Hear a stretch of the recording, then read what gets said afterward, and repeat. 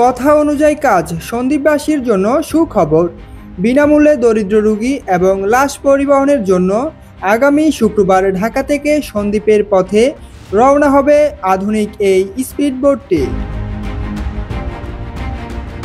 সন্দ্বীপ চ্যানেলে সন্দ্বীপবাসীকে সার্ভিস দিতে এই প্রথম এমন আধুনিক স্পিডবোট চলতে যাচ্ছে, যা মোটামুটি প্রতিকূল আবহাওয়াতেও চলতে সক্ষম।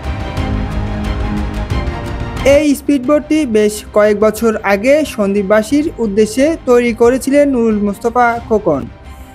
সন্দ্বীপের তৎকালীন প্রশাসন এবং রাজনৈতিক নেতৃবৃন্দের অসহযোগিতার জন্য এই স্পিডবোটটি সন্দ্বীপবাসীর উপকারে ব্যবহার করতে ব্যর্থ হয়েছিলেন। তবে অবশেষে সন্দ্বীপের অসহায় প্রসূতি মহিলা ও রাতের বেলা জরুরি চিকিৎসা নিতে চট্টগ্রাম যাওয়ার প্রয়োজন হলে আগামী সপ্তাহ চালু হওয়ার পর থেকে রাতের বেলা সন্দ্বীপবাসীর একমাত্র সম্বল হতে পারে।